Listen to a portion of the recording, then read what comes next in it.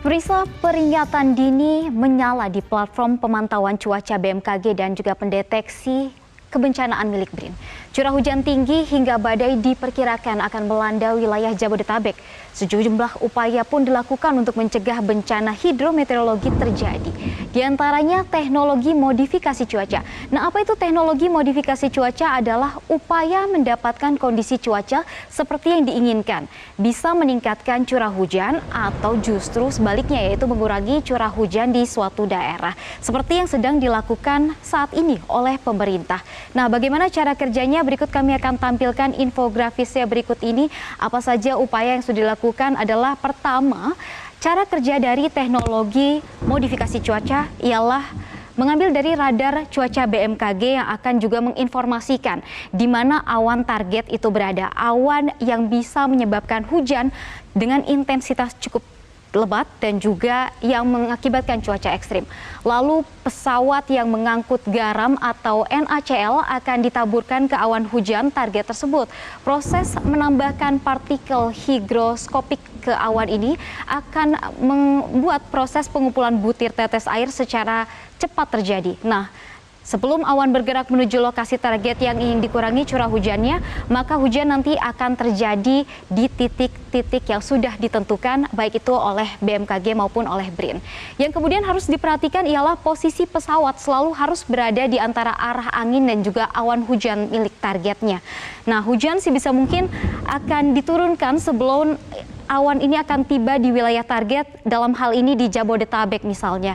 Nah, kemudian yang terakhir adalah hasilnya intensitas hujan akan berkurang cukup signifikan.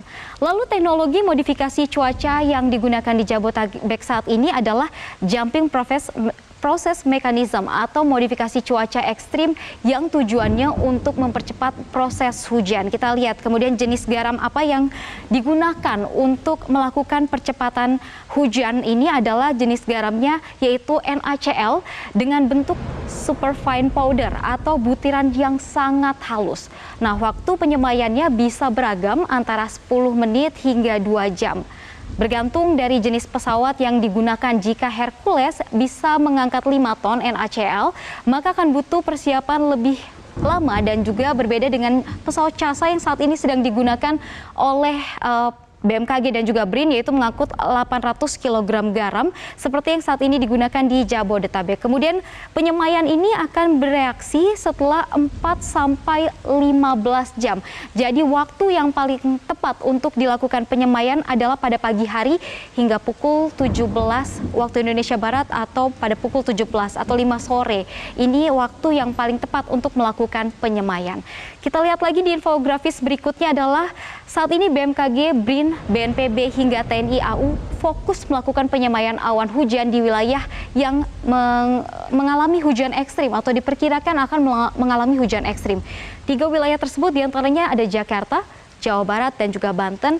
Ini menjadi target utama, di mana ketiga wilayah ini juga memiliki potensi bencana hidrometeorologi yang cukup tinggi, sehingga perlu dilakukan modifikasi cuaca.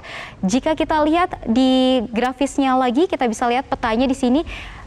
Jika melihat di daerah Banten, maka nanti akan dijatuhkan NaCl-nya ini akan berada di sekitaran Selat Sunda. Nah, kemudian kalau untuk di wilayah Pantura ini juga agar tidak terjadi hujan lebat di sana, maka akan disemai garam itu di wilayah Sukabumi. Nah, lalu yang juga menarik, seberapa besar sebenarnya tingkat keberhasilan dari modifikasi cuaca. Pertama, kita lihat dahulu faktor apa saja yang mempengaruhi, yaitu pertumbuhan awan. Perlu diketahui awan tropis yang ada di Indonesia memiliki sifat yang sulit untuk dimodifikasi. Nah, kedua ialah arah angin.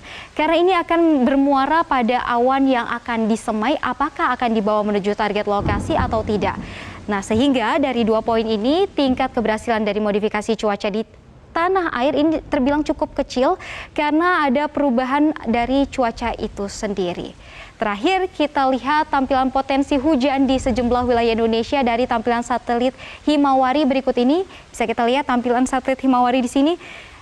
Warna biru, kemudian ada warna merah dan warna hijau.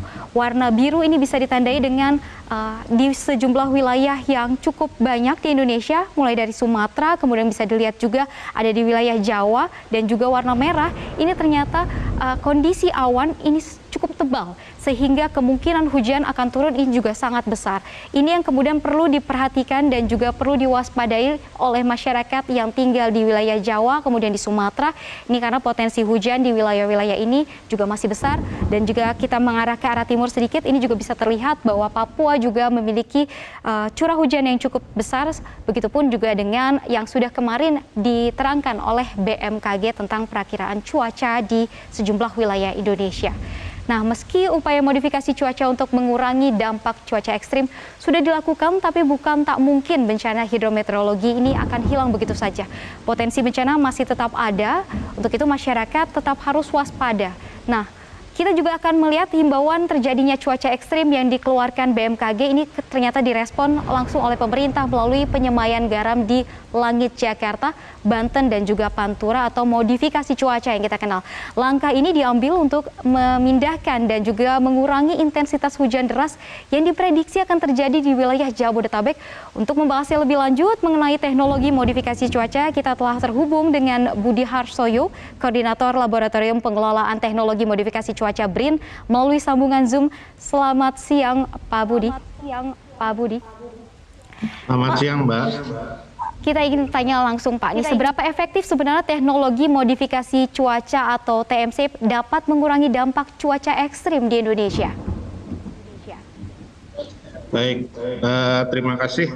Mungkin sebagai awalan kami akan menggambarkan bahwa modifikasi cuaca ini bertujuan untuk memprematurkan kejadian hujan yang jika secara alami ini akan bisa jatuh di daerah target. Dalam konteks target ini adalah daerah yang ingin kita amankan, ya. Dengan adanya modifikasi cuaca, maka potensi awan hujan bisa dijatuhkan lebih awal di luar daerah target, sehingga daerah-daerah yang perlu diantisipasi supaya tidak menjadi banjir ini bisa kita amankan. Nah, kemudian mengenai efektivitasnya dalam beberapa saat terakhir, ya, yang paling hangat adalah pada saat event KTT G20.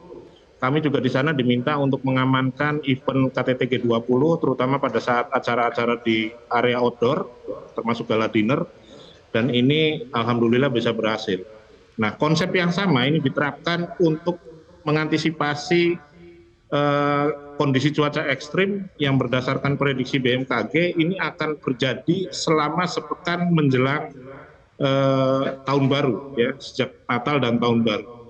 Jadi kira-kira begitu mengenai gambaran efektivitasnya. Kita juga ingin bertanya tentang apa hasil analisis sementara dari proses TMC ini, tapi kita jeda terlebih dahulu, nanti kita lanjutkan kembali, Pak Budi. Kita lanjutkan kembali perbincangan kita bersama dengan Kepala Laboratorium TMC dari BRIN. Pak Budi, kita lanjutkan kembali percakapan kita, Pak, terkait dengan titik-titik penyemayan yang sudah dilakukan oleh BRIN dan juga BMKG serta ada TNI AU di sini. Di mana saja, Pak, titik-titik yang sudah dilakukan penyemayan, Pak, saat ini, dan juga apakah kedepannya masih akan dilakukan lagi hingga kapan, Pak? Ya, baik. Jadi mungkin saya sampaikan dulu kronologis untuk operasi TMC yang saat ini sudah beroperasi di Halim. Kami sudah beroperasi sejak hari Senin tanggal 26 Desember. Yang rencananya ini akan dilakukan sampai dengan tanggal 3 Januari. Jadi ini latar belakangnya adalah hasil rapat Menteri Perhubungan, Kepala BMKG, Kepala BNPB, dan sejumlah jajaran Dirjen di Kementerian Perhubungan pada saat melakukan upaya antisipasi arus mudik selama periode Natal dan Tahun Baru, gitu ya. Dan dari hasil rapat di tingkat menteri ini diputuskan perlu ada upaya modifikasi cuaca guna mengamankan 3 titik di jalur transportasi darat di wilayah Pantura. Yang pertama adalah jembatan Cipunegaran di Pamanukan. Kemudian yang kedua ruas tol Cipali kilometer 136 dan ruas tol Cipali kilometer 151. Yang ini berdasarkan pengalaman tahun-tahun sebelumnya, jika terjadi banjir maka akan bisa mengakibatkan macet yang cukup panjang. Nah, ini yang kemudian ditindaklanjuti oleh Kepala BNPB dengan dasar surat status darurat bencana dari pemerintah daerah Jawa Barat, sehingga operasi TMC kali ini sudah bisa dilaksanakan dengan menggunakan dukungan 2 unit pesawat dari Skadron 4 Lanut Abdurrahman Saleh Malang dan posko TMC berlokasi di Halim Perdana Kusuma. Nah, sejak tanggal 26 ini kita mengamankan 3 titik itu ya, dari ancaman hujan deras dan kejadian banjir, juga tetap dengan memperhatikan sejumlah daerah yang kira-kira berpotensi menjadi banjir, gitu. Terutama untuk area wilayah Provinsi Jawa Barat sesuai dengan tema kegiatannya. Ya. Namun demikian, dalam beberapa hari terakhir, karena potensi awan ini bergerak dari arah barat masuk ke wilayah Pantura, yang juga dalam perjalanannya ini melintasi wilayah ibu kota DKI Jakarta, maka kita juga mulai melakukan upaya-upaya antisipasi untuk menghalau awan-awan yang dari data radar ya, dari kawan-kawan BMKG ini terdeteksi bergerak mendekati wilayah Pantura dan juga wilayah DKI Jakarta. Oke, Pak Budi, Jadi terakhir kami Pak. sudah melakukan 11 sorti penyemayan sampai dengan hari kemarin, dan hari ini kita sudah melakukan 3 sorti penyemayan sejak pagi hari tadi. Yang pertama di daerah Banten sekitar wilayah Serang, kemudian yang kedua di daerah sekitar Purwakarta atau di sekitar Das Citarum, di mana di situ ada 3 waduk ya, Saguling, Cirata, dan Jatiluhur. Dan yang ketiga ini kita arahkan ke daerah wilayah perairan di utara Jakarta. Jadi kita mencoba melakukan penyemayan untuk menjatuhkan awan-awan hujan tersebut di daerah-daerah perairan, supaya tidak berpotensi menimbulkan banjir di wilayah pemukiman atau wilayah daratan. Kira-kira begitu. Baik, Pak Budi Harsoyo, terima kasih atas informasinya, Koordinator Laboratorium Pengelolaan Teknologi Modifikasi Cuaca BRIN, yang sudah bergabung bersama kami melalui sambungan Zoom.